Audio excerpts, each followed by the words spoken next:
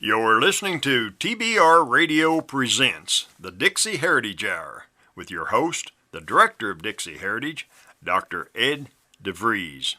Our guest today is Commander Byron Brady. He's the Commander General of the Military Order of the Stars and the Bars, which is a hereditary organization for the descendants of not just Confederate soldiers, but for members of the Confederate Officers Corps, or for those who served as cabinet members of Confederate President Jefferson Davis. Commander Brady, welcome to the show. Well, good morning. I'm glad to be with you. Tell us a little bit. I understand you recently became Commander General. Yes, I was elected back in July of 2018 at our national convention in Baton Rouge. We had a very successful convention down in Louisiana, and we are in the process of a nice growth spurt, thanks to our association with the United Daughters of the Confederacy and the Sons of Confederate Veterans. So we work closely with those two groups, and they are getting the word out. Plus, we have a pretty aggressive recruitment program underway right now. But I do want to get back to the introduction you just mentioned. The elected and appointed officials is the other side of our membership requirements. It's just not Jefferson Davis's cabinet. It's any elected or appointed official. And that can go down to a local sheriff or a postmaster. Okay. And then up to President Jefferson Davis himself, a descendant of Jefferson Davis. Now, we just had a member that recently joined from South Carolina, whose ancestor was a postmistress.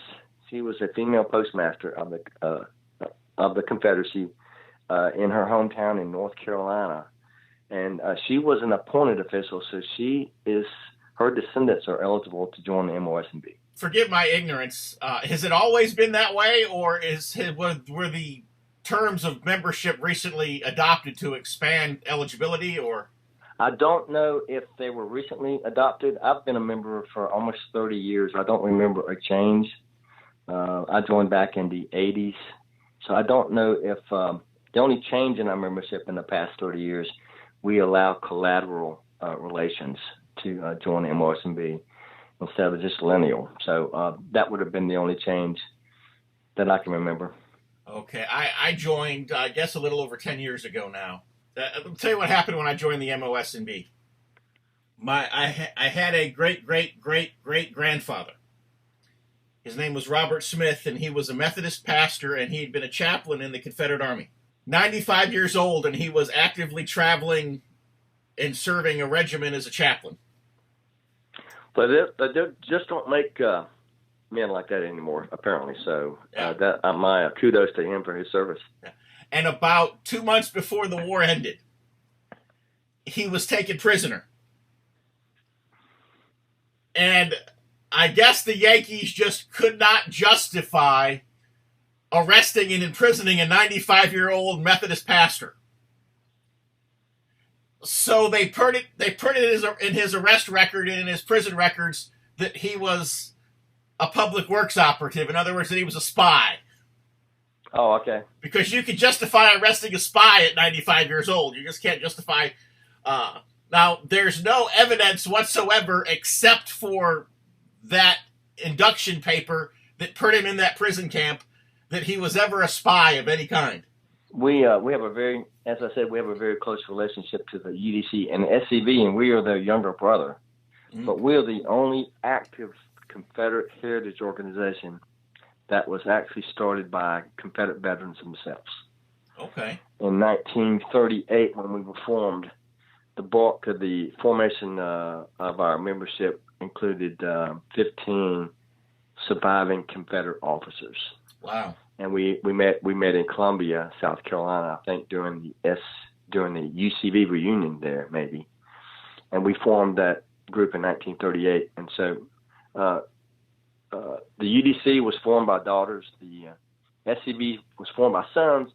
The UCV, which is no longer active, was formed by the Confederate veterans themselves. So we're the only active Confederate heritage organization started by actual Confederate veterans.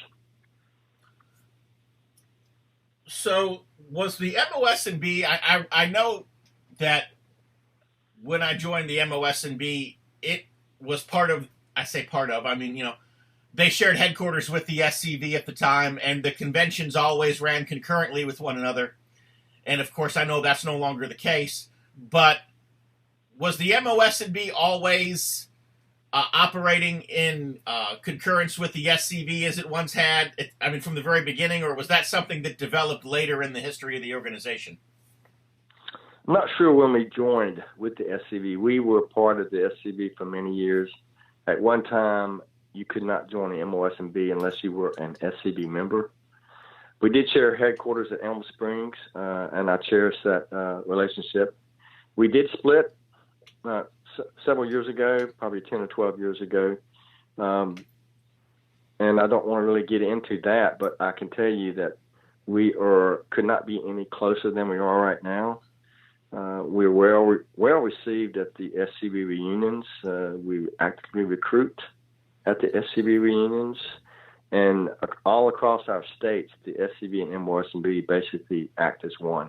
We're obviously much smaller than they are.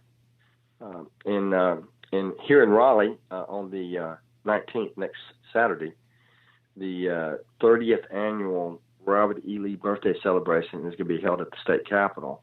That draws about 300 people, and all five of the state's Confederate Heritage organizations will be working together with that service. That's the MOS&B, the SCV, the UDC, the Order of Confederate Rose, and the Children of the Confederacy.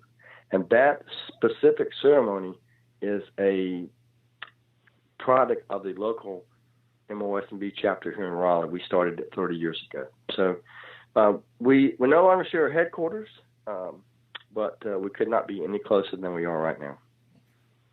So where is the headquarters right now? The headquarters is based here in Raleigh. I'm not only the Commander General, I'm also the manager of their national headquarters here in Raleigh. And all the mail, everything comes to Raleigh. So that's where it is, Raleigh, North Carolina. Okay. And the MOS&B also has a website. Could you share that with us? Yes. Let me get that. It is www.militaryorderofthestarsandbars.org. You spell that out, Military Order of the Stars and Bars. Very long website address, but it will get you to our website, and I'm looking at our website right now. So it's something that any of your listeners are interested in joining the MOS&B, they can go to that website. Everything they will want to know about us is on there. I will say this, that when I joined the MOS&B, I received a membership certificate. And it's probably almost twice the size of my SCV membership certificate. Of course, it was a little bit of a job to get a suitable frame for it, given its size and the ornateness of it and so forth. I don't know, maybe I shouldn't do this, but I know there are some vain guys out there. And so for any of you who have the vanity thing going, and it will be the most beautiful thing you hang on your wall. Well, our MOS&B membership certificates now are the size of the SCV. However, okay, we do offer anyone that wants to get a larger version, they can go through the website and get a larger one. I have a large version myself, but it's so much easier for the members to display and to send in the mail the smaller versions. And we're just following the lead of the SCV now. Right. But you can still get a large version from our website. Okay, very good. And I know we had discussed this offline a little bit. You know, some of our listeners are probably asking themselves the question, well, I'm already a member of the SCV, or I'm already a member of, I know there are a couple of other organizations out there that are still kind of, functioning out there as descendants organizations, and maybe they're a member of one of those. I know the Confederate Sons organization here in Florida, every once in a while I still hear of them having a meeting here or there and so forth, or I'll still see some of those guys at reenactment, so I know they're still functioning at least at some level. But for some of these guys who would be eligible to join the MOS&B, but they're saying, well, I'm already a member of the Sons of Confederate Veterans. I'm already a member of this. I'm already a member of that. Why should they consider joining another organization? Well, the main purpose and the reason why the MOS&B was founded in 1938 by those surviving Confederate officers, they wanted to, first they met to discuss their concerns that the unique contributions made by the Confederate leadership were not properly chronicled in the nation's histories. That was the main thing they wanted to emphasize in the founding of the order. We still have that same concern today. We want to make sure that the Confederate leadership is properly given their proper due in today's history. And that's tough in today's world. Everybody wants to wipe out completely the history of the Confederate States, but those surviving Confederate officers back in 1938, that was their vision.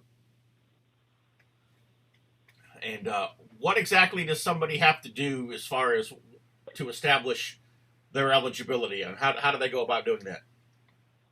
Well, the membership requirements are on the website. You can actually download a copy of the application, which is in an auto-fill form. Download that to your computer. You have to trace yourself back to your Confederate ancestor, including birth dates, death dates, if they were married, marriage dates. And you also have to start with your birth certificate, going back to your ancestors' information. Now, when you get to the third or the fourth generation, the birth certificate obviously is not going to be available. That's when you would go to census records. Okay. Well, I know that the MOS&B was not as easy to join as the SCV.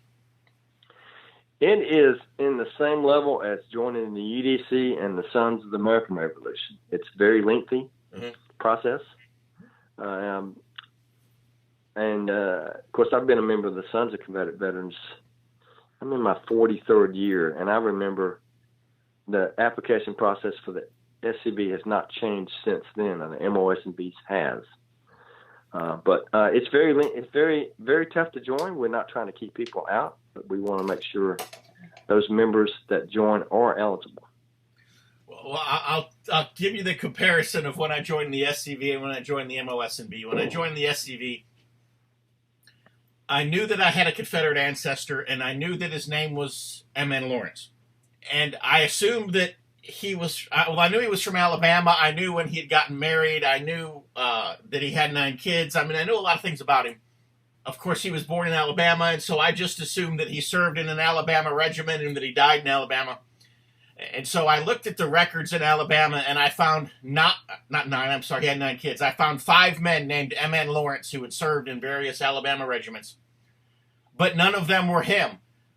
They were all born on the wrong day, died on the wrong day, married to the wrong woman. There was something that I could rule them out with. Sure. But I knew he had been a Confederate soldier, but I had just all but given up. In fact, I knew from an entry in my great-grandmother's Bible that he had been buried in Gentry's Mill Cemetery. And there had been a Gentry's Mill Cemetery in Carbon County, Alabama, there where she lived her whole life. Something had happened to it, and there was a Walmart there now. Couldn't find any records there. The courthouse had been burned back in like the 1930s or something like that. All the records were lost. So I just assumed that I was never going to be able to document anything. The SCV had literally given me an honorary membership. And so there was a camp there locally that I attended regularly, was active in the camp. They had given me an honorary membership. And I was driving one day. I was had a meeting in New Mexico, and I was driving home. And I was driving across West Texas on a little 2-lane country highway out in West Texas. One they call FM, farm to market roads. People in Texas will know exactly what I'm talking about. And I see this sign, Gentry's Mill Cemetery. and there's an arrow. And I don't know why, but it clicked in my brain. And I immediately spun my car around. There was an 18-wheeler coming from the opposite direction that almost jackknifed, trying to avoid me. And I peel off about 5 miles down a dirt road, and I find a cemetery. And I walk around this cemetery in the middle of the night with a flashlight, and I find his grave. And so in the morning, when I'd driven into town after that, and I saw that there was like a little genealogical society on the courthouse square there. And so I parked my car there. I slept. In the morning, I woke up, I walked in, and I told the lady, what had just happened and whatever. And she asked me, she said, well, how are you related to M.N. Lawrence? He had a son who was Henry Clay Lawrence. Henry Clay Lawrence, he had a son and who was basically my great-grandfather, and I, had met him very briefly. When I was a boy, I remember attending his funeral when I was about 4 years old. And then, of course, my maternal grandmother was his daughter, and so forth. And so she looked at me, she goes, I think I'm your third cousin twice removed. How about that? And she had a file. And come to find out, Henry Clay Lawrence was the black sheep of the family. That what had happened was right before the war broke out, was that my great-grandfather had gone to Texas to look at some land. The war broke out.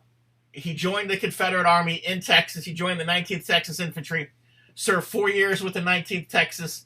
When the war was over, he went back to Alabama, found out that his farm had been destroyed, that, his family was basically living at the charity of others and so forth. But he had bought this land in Texas, so he and his wife and his 9 kids literally walked to Texas from Alabama to start over on this new piece of land.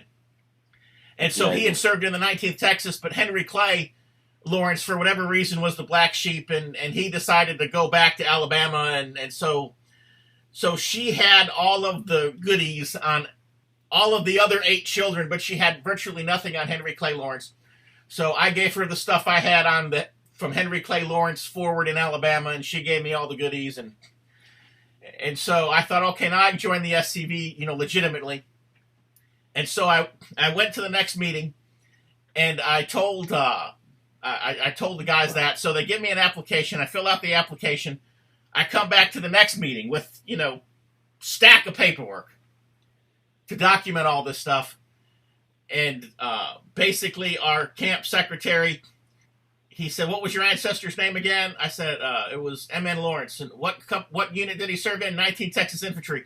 He takes this book. He looks up the muster for the 19th Texas Infantry, finds the name M.N. Lawrence, and takes my check, and that's that. He didn't look at any of the reams of stuff that I brought in. Right. But the MOS&B wasn't that way. I don't know how many times I submitted the application before it was finally accepted. They did change the application process, I think about 10 to 12 years ago, to make it comparable to the Sons of the American Revolution. Mm-hmm. Of course, I'm in the SAR, and I'm also in the Sons of the Revolution, which is a brother organization, and their application process is very lengthy too. We did make a change a while back, but the applications are I get all the applications that come into headquarters, and we've got a lot of amateur genealogists who join our organization, and their applications are coming in sometimes a half an inch to an inch thick of paperwork. They are they're very good at what they do and very proud of their ancestors, and they submit a lot of paperwork, mm-hmm.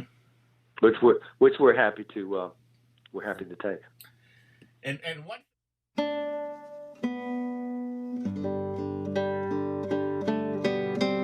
If you love listening to the Dixie Heritage Hour, then I know that you'll love reading the Barnes Review. The Barnes Review is one of my favorite magazines. I began reading the Barnes Review long before they became a sponsor here on the program. In the Barnes Review, you will read vignettes of man, from the prehistoric to the very recent, from forgotten races and civilizations to first-person accounts of World War II and the late Cold War. There's just not a more interesting magazine published today, nor a more significant and important subject than real history. So if you'll visit www.barnesreview.org, That's www.barnesreview.org. You can find out how you too can become a subscriber to the Barnes Review. You can subscribe to receive the Barnes Review by mail, or you can subscribe to receive the Barnes Review electronically in PDF editions. Or you can subscribe to receive both. That's what I do. So visit www.barnesreview.org and subscribe to the Barnes Review.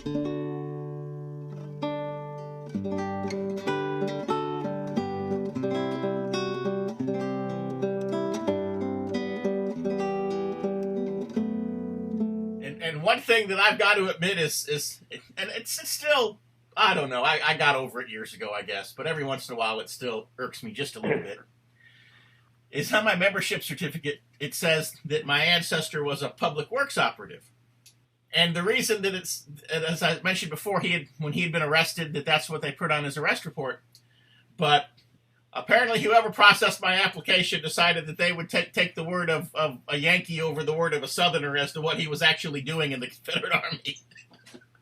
But because he was a chaplain and not a spy. But I guess I had no real documentation that he had served as a chaplain. I could document that he was a pastor, but I couldn't necessarily, that he was a chaplain. I guess there was no real paperwork I could find that substantiated that. But some Yankee somewhere accused him of being a spy and put it on paper. So that was probably the staff of the. You probably joined when the two organizations were together. That was probably the staff at Elm Springs or the staff for General McCain before that. And I can't remember. The Commander General at the time, I want to say, was Jeff Massey. Jeff Massey. At that time, we were together at Elm Springs, so that would have been the staff at Elm Springs. But yeah, Jeff is still active in the MOS&B. He is in Oklahoma, and we are getting ready to go out there in April. We're holding our national board meeting in Oklahoma City in April. So I understood. I was reading, the officer's call. Tell us a little bit about the officer's call. Officer's call is a national publication.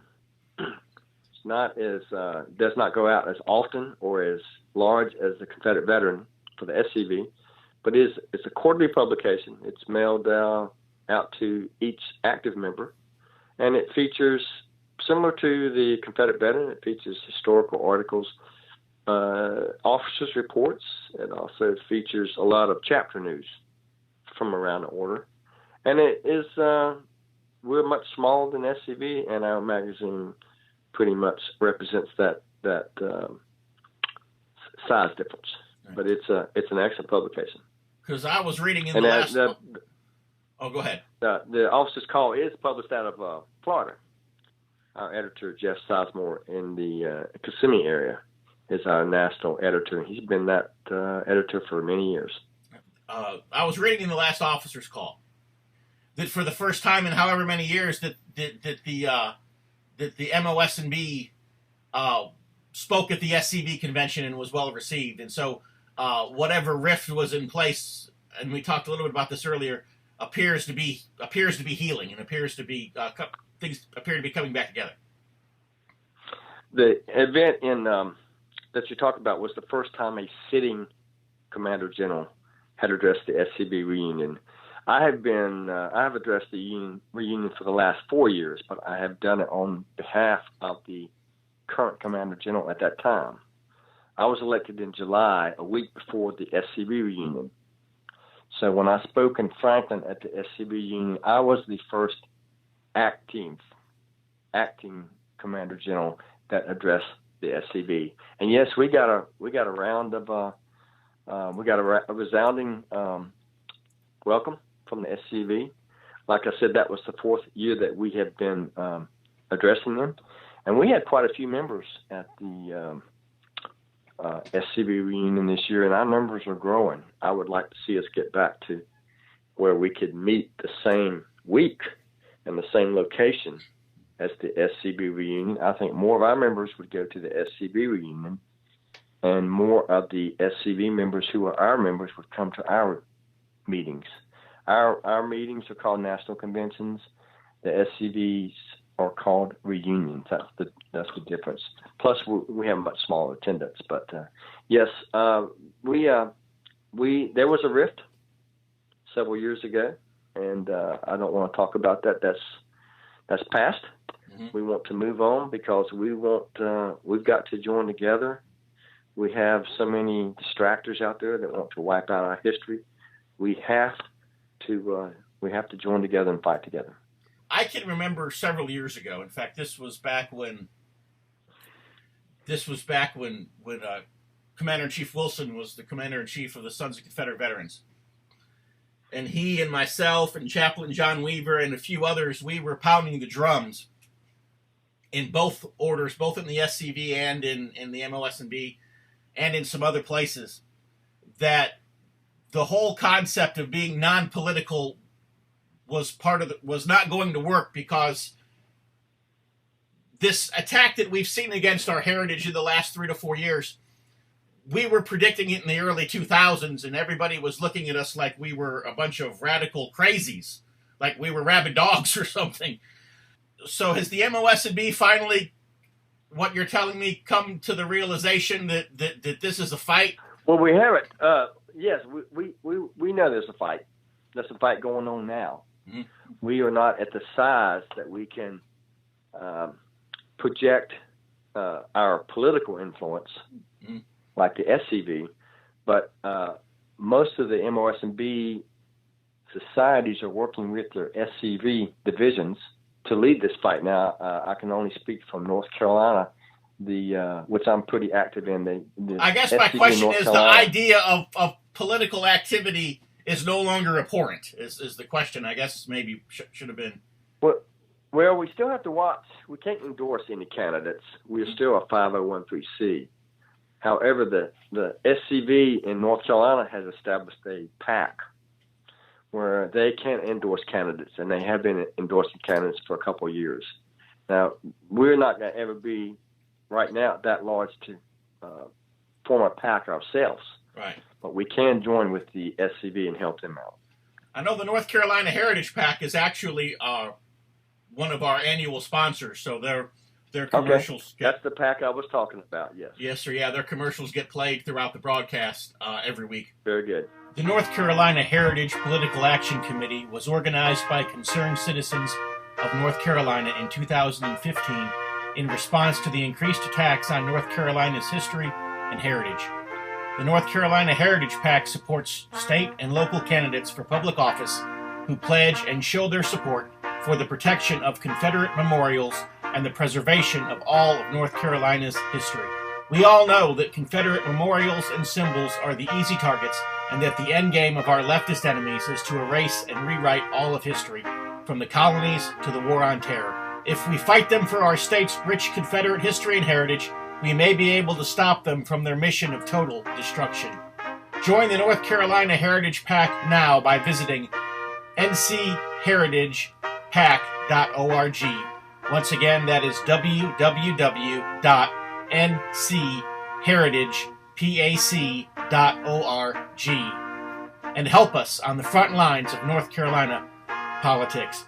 The mission statement of North Carolina Heritage PAC is that the North Carolina Heritage PAC was created with the purpose of supporting diverse efforts to defend and preserve the heritage, traditions, monuments, cemeteries, flags, emblems, and other legacies of North Carolina history against those efforts to remove, deface, legislate against, alter, and otherwise corrupt or pervert their meaning, history, presentation, and standing in our state. Once again, www.ncheritagepac.org. Okay, so what is the MOS&B doing now? And you could, of course, talk about maybe some of the political things you're doing, or some of the monument preservation things you're doing, or you could just, as well, you could also talk about just, things that different chapters are doing around the country, or what the national order is doing. Just, basically tell us some of the things that the MOS&B is actively out there doing right now that men can become a part of when they join.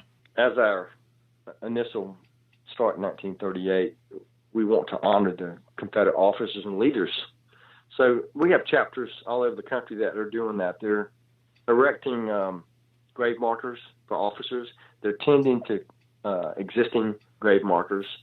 They're sponsoring ceremonies to honor the officers, as the Lee celebration coming up Saturday here in Raleigh. Now, I can speak for North Carolina and Virginia members are actively fighting to protect the monuments that are up now. Our members in Virginia are involved in the heritage violations in Charlottesville, Lexington, Richmond, and Alexandria, Virginia.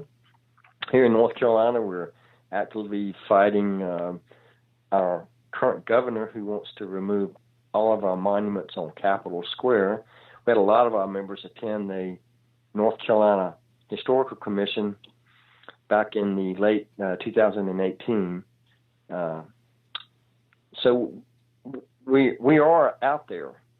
We're just not the size of the Sons of Confederate Veterans, and we probably never will be the size of the Sons of Confederate Veterans, but we do want to grow.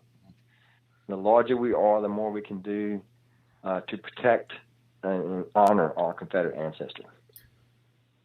Well, you talk about being the same size as the SCV, and certainly that's not impossible. But for that to happen, the SCV would really have to take a hit in some capacity or another, because if you just do the math, there were hundreds of thousands of Confederate soldiers, but only tens of thousands of officers. No, what I really meant to say was I don't think we would ever be the size of the SCV. Right. Well, that's what I'm saying. If you do the math, yeah, we would never be the size of the SCV, and I don't want to be. If the SCV's got to take a hit, I would not want to be their size, comparable to their size. But we do want to grow. There's hundreds of thousands of people that are eligible to join the MOS&B, just like the SCV, and we want to get the word out. They are welcome to join. We want to hear from them. Well, I know one thing that you mentioned earlier, and I would have never thought of this, because when you think of soldiers, you think of military units, especially back in the day. You think of men. And yet, obviously, you were telling me that there was someone who was eligible to join the order on a female ancestor because she had been the postmaster of their local post office. And so, obviously, there were people opened up their thinking just a little bit to that possibility. There could be a number of potential ancestors that were not even, and plus, if you think, too, as far as appointed officials within a government, even though elected officials, there probably weren't a lot of women elected in the 1860s to public office. But there would have been a lot of women who would have been appointed to government positions, especially with men being engaged in other matters with a war going on. If people were to look at the women in their ancestry, which is probably something that's never even crossed their mind to do when they're thinking about joining an organization like the MOS&B. There's all kinds of people out there who are probably eligible for membership and don't even have a clue because they've never even thought about the possibility that their eligible ancestor may have been a woman. And that's correct. And our application says elected or appointed official. They don't say a male elected appointed or a female elected appointed. They just say an elected or an appointed official. And if that official was a female, as in the postmistress from South Carolina or from North Carolina, we would be glad to take them in as a member. And who knows how many women had been appointed to clerkship, with different agencies, be they in the courts or, whatever, again, because the men who would have held those positions at that time were engaged in a war. I'm sure there were a lot of women who were probably appointed to positions that they would not have otherwise, been appointed to had there not been a war going on. That's correct. Our membership stands around 1,650. Okay. Plus or minus. We are in 44 states in the United States, members in 44 states, the District of Columbia, and Canada.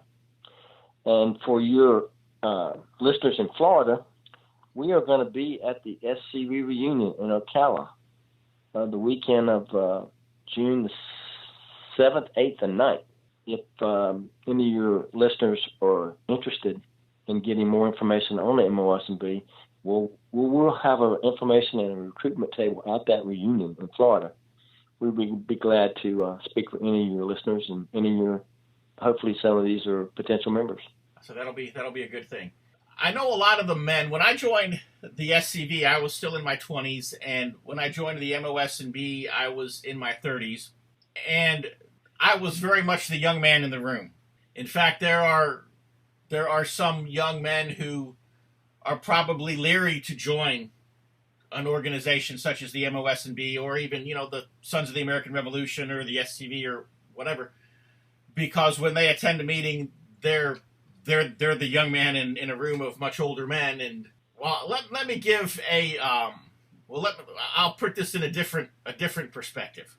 My wife went to join the United Daughters of the Confederacy, and she had more than enough documentation to be able to do so, but she never did. And the reason why was because every time she has gone to a meeting, the older ladies in the room made her feel very unwelcome. And so now that she's starting to get a little older, she just doesn't have any interest in joining the organization, because when she was a young woman, they made her feel so uncomfortable and so unwelcome. And I don't know that in the men's organizations that it's quite that way. Of course, women can be, well, I won't go into that. What would you say to young men who could potentially have the ancestry to join the order, to encourage them to, because let's face it, every organization has to have young men coming into it.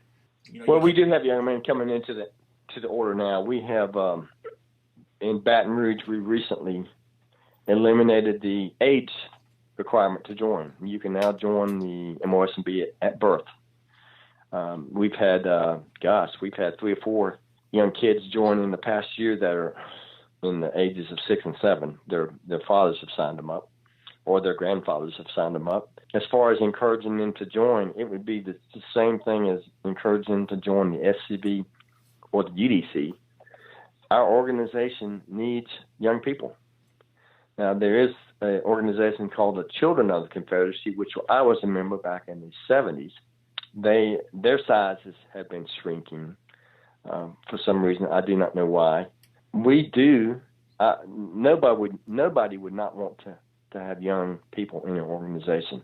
I think the UDC has probably changed since your wife tried to join. They now recognize that there's a fight to eliminate our heritage, and they are actively, aggressively fighting that battle, and they're aggressively recruiting people nationwide. I know that the UDC meetings I've gone to in the past couple of years, there has been a lot of young women in attendance, young professional women. So the UDC, I think, has changed since your wife joined. I would encourage her to attend another meeting. She may see something that has changed and would want to join. The paperwork is like our paperwork now. It's not going to be easy. But I was very fortunate to have a grandmother that kept meticulous records on her family. So when I joined the Children of the Confederacy, which is the paperwork is similar to ours, I had all the dates and all the names and on record. It was very easy to submit my application. But I would encourage her to go back to a meeting. If nothing else, there's an energy that younger people bring to an organization that as we get older, we find ourselves losing energy. Yes. I know that as I get older, it's easy to illustrate it. For example, in baseball, I've been coaching baseball for a number of years. And in the last few years, my coaching has become a lot less demonstrative and a lot more verbal, because as I'm starting to reach that age where I just can't do the things that I did just a couple of years ago. And, I think that's true even in political activism and not to mention the fact that even just the physical work of what we do. Maintaining a cemetery is work. It's not just, you don't just show up and drop a few flowers here and there.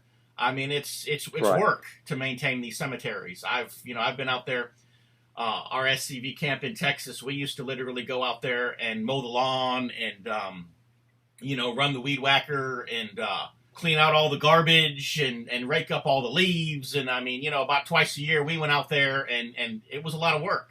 It wasn't just, we didn't just go out there and drop a few flowers and drop a few flags and say that we that we were maintaining the graves of the Confederates buried in our county. It wasn't like that at all. And so, when somebody spray paints a statue, it's work to clean it up again. It's Yes, those it things is. don't just clean themselves up. And so, sometimes the older members need to be the brains and the younger members need to be the brawn. I think we're attracting our fair share of the young people to join the order. I think the SCV is too. Mm-hmm. I also edit the North Carolina SCV state publication. And as I see the photographs coming in of the members joining, there's quite a number of younger men that are joining the SCV, which is very encouraging. And maybe you do not want to let this out, and maybe you do. I'll leave this question at your discretion. But are there any, I don't know if I want to call them celebrity members of the MOS&B right now, but are there people who, if you were to toss their name out there, we would all know who they were? I don't think so. Now, we may have had some celebrity members in the past. Mm-hmm. We don't have the celebrity membership as the SCV has. They have a nice list of celebrities. I can't remember them. They do have a current country music singer, a male singer that's a member. I don't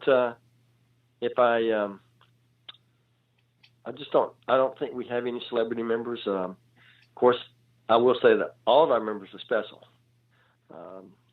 We do have, I think we do have some elected officials. Okay, yeah, that would be those would be included in the list. That would be a celebrity. I understand if you don't want to put their names out there and create the political grief for them that would no doubt create. Well, none of them come to mind right offhand. We treat everybody the same way that joins the order. We don't show any special attention.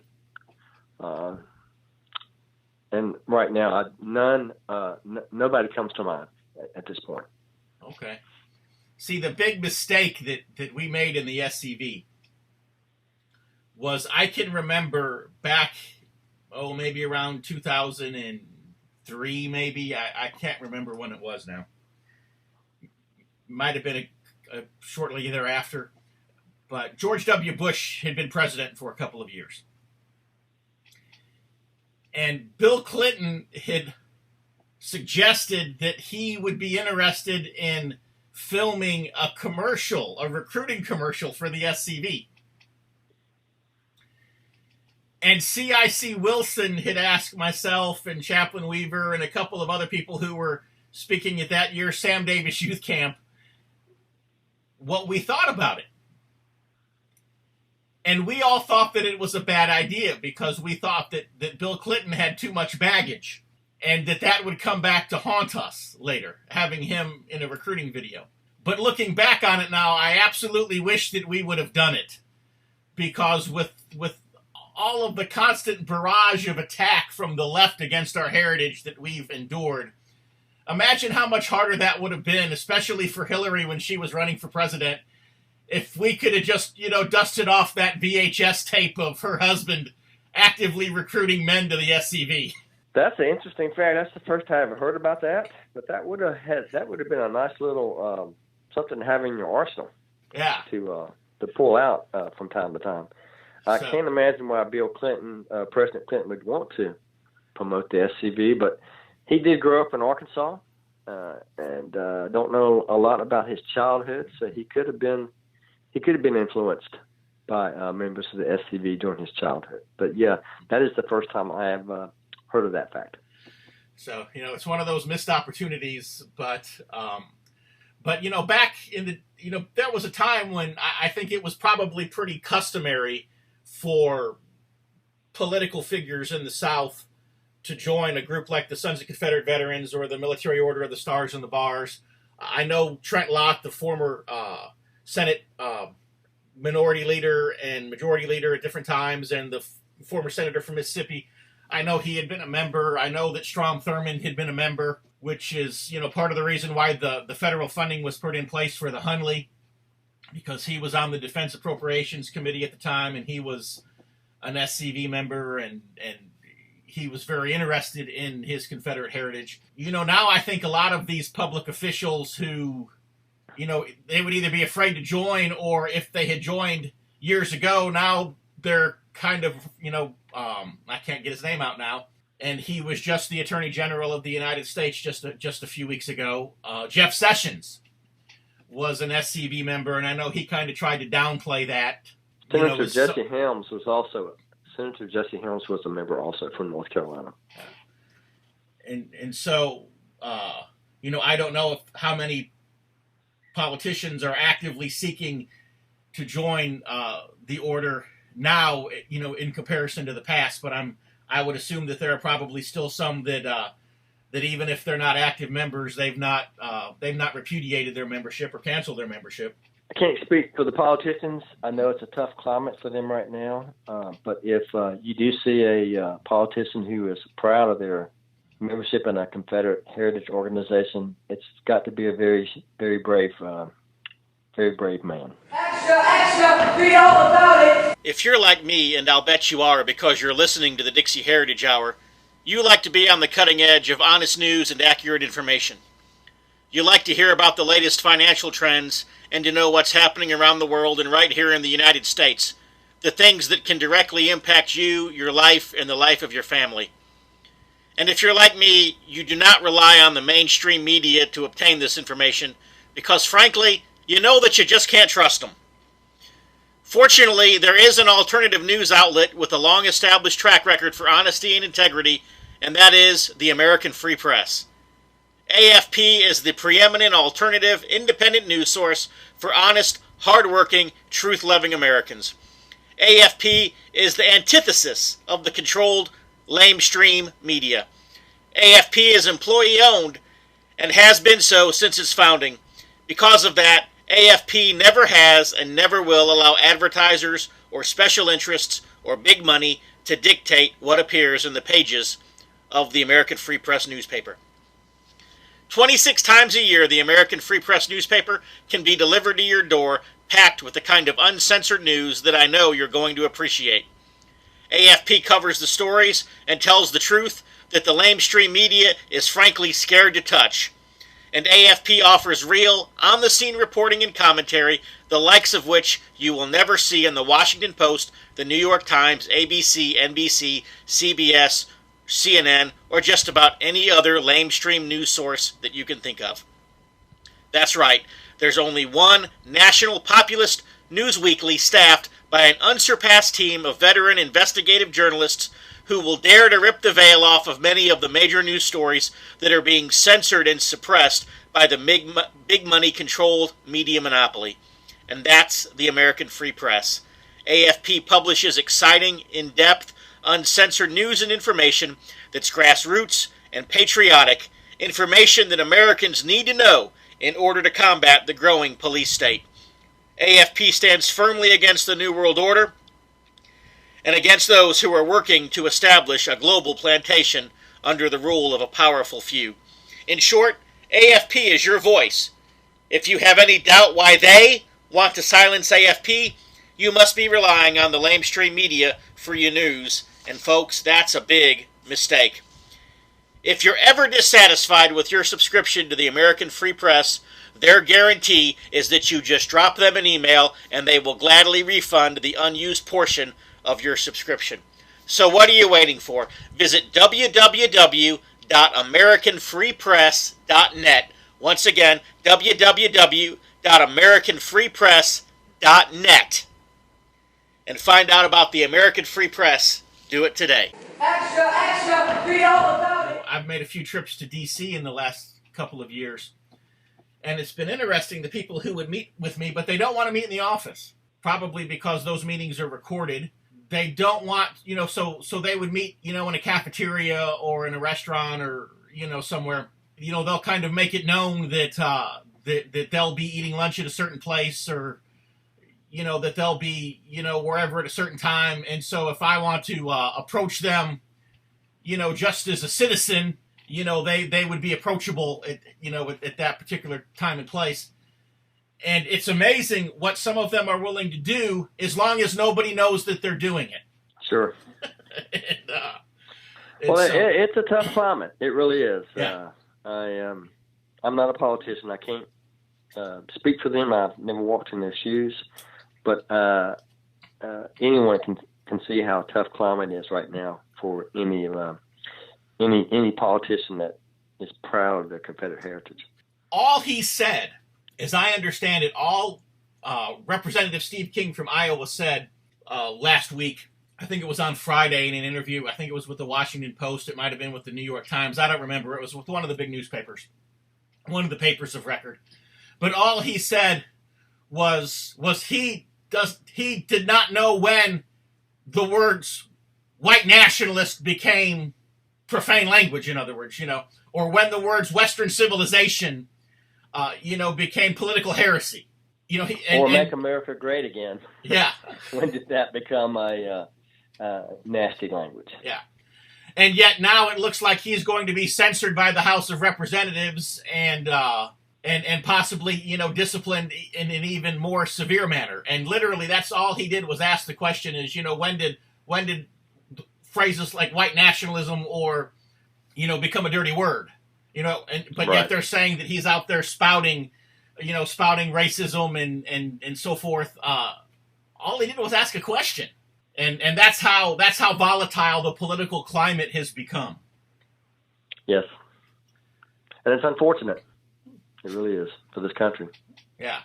And of course, if he is censored by the House of Representatives, on the Sunday talk shows, they had the top 3 members of the Republican Party in the House all basically saying that he'll be disciplined within the week. Nancy Pelosi is, basically said yesterday that if the Republicans don't adequately discipline him, then the whole House will discipline him. And of course, the Democrats will just come down on him.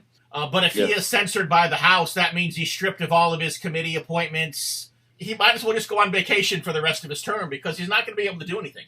The Republicans are already talking about running somebody else against him in the next primary, even though that's, a year and a half away. Yes, that's unfortunate. Yeah, that's how volatile the political climate is, in this country right now. And again, I don't know how we got there. But, one thing that I would hope could turn the tide, and maybe we're beyond this, but hopefully we're not, would be if the next generation had been educated in such a way that they could see through this stuff and they could see past this stuff. And I think that, one thing that, definitely, and I like the idea that you had said that now, you could join your children up.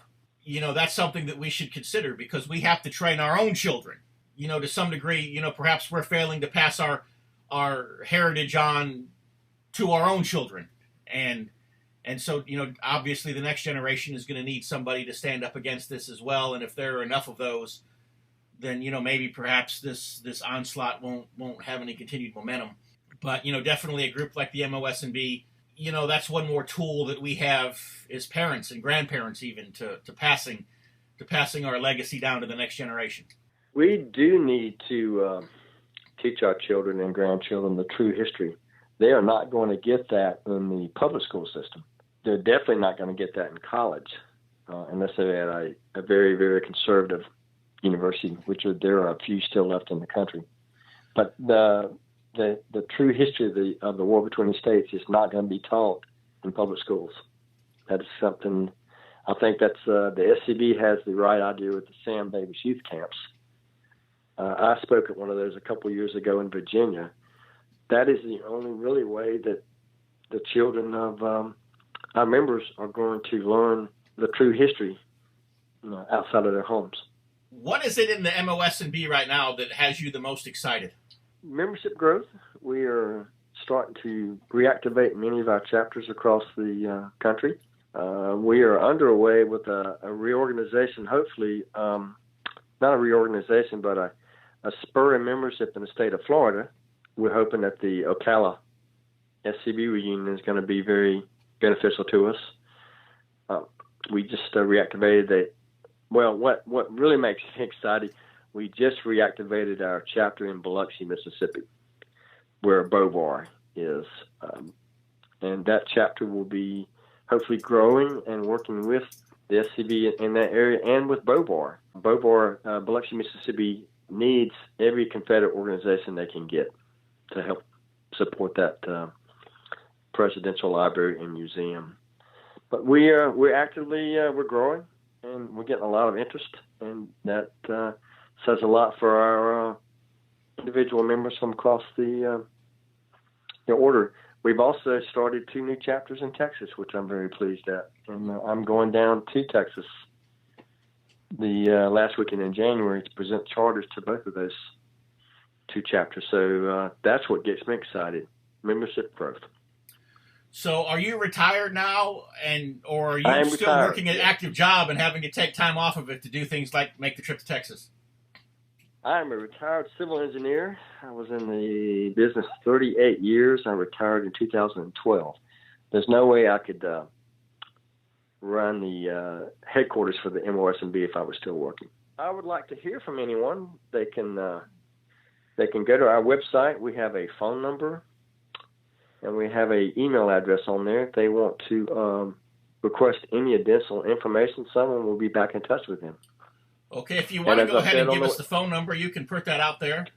I don't have it in front of me. We are printing a new brochure up. Okay. And for some reason, I'm looking at the old one. The new one has the phone number. But the website will have all of that stuff. The website has everything anyone wants to know about us in a very concise form. And the phone number is probably on the website. I just don't have it in front of me right now. And that was Military Order of the Stars and Bars.org. .org. Yep. Spell it out. Yes. Okay. Very good. And hopefully, at least a few of our readers. I'm so used to putting out the weekly newsletter. Hopefully, at least a few of our listeners will avail themselves not only to visiting the website, but to actually doing a little bit of work and documenting their ancestry if they've not already done so, and consider joining the MOS&B. And for those listeners that are in the Florida area, they're near Ocala, come see us in June. We'll be at the SCV Florida Reunion.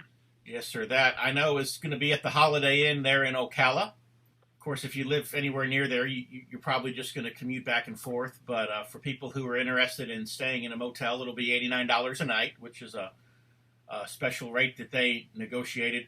And let me just say this: the SCV, the Florida division, has really stepped up a notch with Ocala reunions, because the last Ocala reunion was held at a Motel 6. So they have stepped up some. Yes. We've stepped up to the Holiday Inn here, so we're getting fancy. But I do want to thank you for taking the time to chat with us, and always feel free. Anything that you want to do to promote the order or anything that's going on there in North Carolina, just reach out to me and let me know. We'd be happy to help you with that. We will, and we thank you for giving us the opportunity to address your listeners today. All right. Well, God bless you, Commander Brady. And once again, the little clock on the corner of my computer screen is telling me that we are just about out of time for this week's episode of TBR Radio Presents the Dixie Heritage Hour. I want to thank Commander Byron Brady of the Military Order of the Stars and Bars, Commander General Brady. I want to thank him for having been our guest today. And I also would like to thank you for taking an hour out of your week to listen. If you'll go to the www.militaryorderofthestarsandbars website, www.militaryorderofthestarsandbars.org website, a lot of great information there about a great organization that if you are the descendant of a Confederate officer or appointed or elected official in the Confederate government, an organization that is worthy of your membership and consideration. Also, if you'll go to www.dixieheritage.net, I'd love to send you a free copy of my book, The Truth About the Confederate Battle Flag. And when you give me your email address, which is literally all you have to do to get your free copy of the book, when you do that, I will also sign you up for my free weekly email newsletter, the Dixie Heritage Letter, which is dozens of pages of news and information that you will look forward to receiving in your inbox each and every week. Also want to encourage you to go to the Barnes Review website, www.barnesreview.org. Check out the Barnes Review. They are the TBR and TBR Radio Presents. And hopefully you'll find some information there that you will get a blessing from reading as well. I know that the January-February issue has just gone online, so you'll definitely want to check that out. Well, have some great interviews planned here for the next few weeks, and so you'll want to tune back in again next week, same time, same place. Until then, from all of us here at TBR Radio Presents the Dixie Heritage Hour, God bless. See you next week.